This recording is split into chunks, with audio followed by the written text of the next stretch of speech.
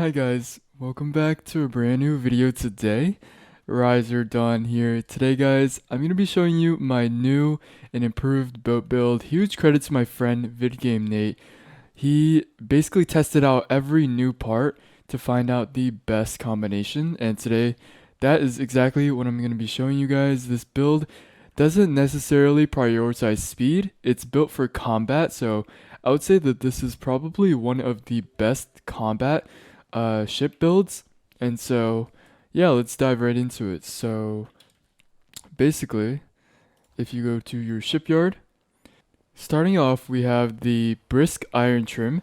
So, what makes the brisk iron trim really good is that it doesn't necessarily have the best speed or stability, and that is one of its weaknesses. But as you can see, it is probably the only hull with 30 turning if you make it brisk, and it also comes with 7,650 durability, which raises the durability of my ship to 19k. And then, of course, it adds 30 turning, so now it's at 90 turning, which is insane for ship combat, which I will show you very soon. And then we have the Archaic Warship Sailcloth. This is probably the only sailcloth that gives you the most speed, albeit it basically reduces your defense for more speed, but it's worth it because this is probably the fastest sailcloth in the game right now. And then we have the crews. I believe the ghost sailors are the best. You can get the quest on Draco's Arch, but I do not have it right now, so I just put like a random crew on. And then for the battering ram, we have the armored steel battering ram. This does the most battering ram damage at 2,950.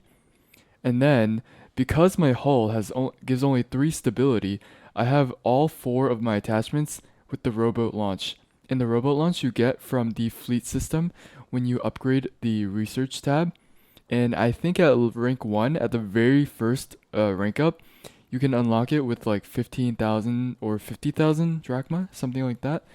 And so, yeah, for the cannon, we have the enhanced iron carronades. You can also use enhanced bronze carronades, I believe, or you can also use the enhanced dragonfire carronades. Whatever you prefer, but the current one I have actually does more damage than the dragonfire carronades. With this one only has 2.012, and this one has 2.112 damage multiplier. This one also has more range, and then the fuse length and reload time, I believe, are the same. This one actually has 1 second faster reload time, which makes it just overall better. And of course, we have Enazor and Edward Kenton. So now we have the ship, which is just dying to be shot down. So we're going to be sinking some ships with this ship build, and we're gonna see exactly how it works. Preferably we fight a brig, but I can also spawn in a arcane government ship. So let us do that real quick. Also guys, for this build, I do not have a mortar on it, simply because mortars right now are very glitchy. There's something wrong with the hit register. Whenever you hit the opponent with it, sometimes it doesn't go through for some odd reason. And so, yeah, it is just very clunky right now, and it literally exists to just reduce your speed. So, I would not recommend using it right now. But, you know, if it does work for you guys, you can obviously stay with it. But for me right now, it just simply isn't worth it because it reduces my speed. And yeah, I just like to use the ship without the mortar. But alright, we're gonna go ahead and spawn in with the Blue Raven, a arcane government ship, and it should spawn one near us. Alright guys, so I'm gonna show you the turning on this bad boy. So basically, what makes this ship so good in combat is that you can shoot around and then immediately, if I didn't one-shot it, immediately make another turn to the other side super fast. And that is the benefit, that is the beauty of having high turning. So yeah, you can shoot one round, basically make a U-turn, and then shoot another round right now. Alright guys, so this ship build not only has really good turning, which is the main focus of this build, it also has pretty good turning for the amount of turning that you, or pretty decent speed for the amount of turning that you get. And with this build with the rowboat launchers, you get 350 defense each of these and 5% stability. So for a total of 20% stability additionally, and about like 12 or like 1300 to 1400 extra durability. Very good. And then, of course, I have my deckhands with all speed on them, which just adds additional speed and makes up for the loss via the hull. And so, yeah, guys, that is pretty much it for this very quick ship build. Um, I honestly think that this is probably one of the best right now for not necessarily the Dark Sea because you would want something, or actually no, it's actually okay for the Dark Sea because it has 100% stability and it has pretty good durability at 19k. And of course, the speed is at 124, which I could also get to 126 if I upgrade my last deckhand to max. Alright guys, I thought I would do a little update on the latest patch as well towards the end of this video because it is pretty important, especially regarding the marketplace. So if we go Trello right here, if you guys go to recent on the far right, you can see the latest patch note, and I will include a link to the Trello down in the description of the video. And so let's go over it. So the main ones are v1.13 and v1.14 that you should be looking at. And so v1.14 just started. You no longer lose drachma when being executed, so this is mainly for criminals. This is the only change that Parkline added. Maybe he is a criminal, like he has a bounty, so he did this just for himself or something. I don't know. I thought that was pretty funny. This is the only change that he added. And then for v1.13, VTEX added a logbook button that appears next to the other chat buttons when your ship is spawned. After clicking this, the ship log UI shows up, which allows you to use crew commands from there. Very, very nice quality of life for your crew. Your crew members now respond in chat. Yes, they were not responding in the chat before, they were just talking in the bubbles. So you had to zoom in close to them to see if they actually responded. And then reduce the volume scaling of animal footsteps. They were a little too noticeable, I would agree. Sometimes they would like sneak up on you, honestly. I've had a couple boars sneak up on me and they've like done like a third of my HP. This one is huge. This next one, raise the max drachma you can sell an item for on the marketplace from 1 million to 5 million. And we will check that out in the marketplace soon after. There are some, like the lost knowledge books, that are now listed for 5 million, which is insane. But this does make sense considering the inflated drachma right now. And this is a way for VTEX to sort of reel in the reins, sort of make people spend more money. Reduce the marketplace buy tax percent from 25% to 10%. So this is pretty good. Before we were complaining about the tax system. Now it is going to be lowered by 15%, which is pretty good. 10% still considerable, but not as devastating as 25%. Added a 2.5% marketplace listing tax. When putting an item up for sale, you're now prompted that it will cost X amount of drachma to put the item up for sale. Honestly, 2.5%, not that bad.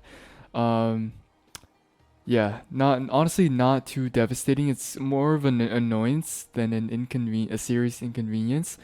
This price does not stack when listing multiple of an item. Okay, pretty good.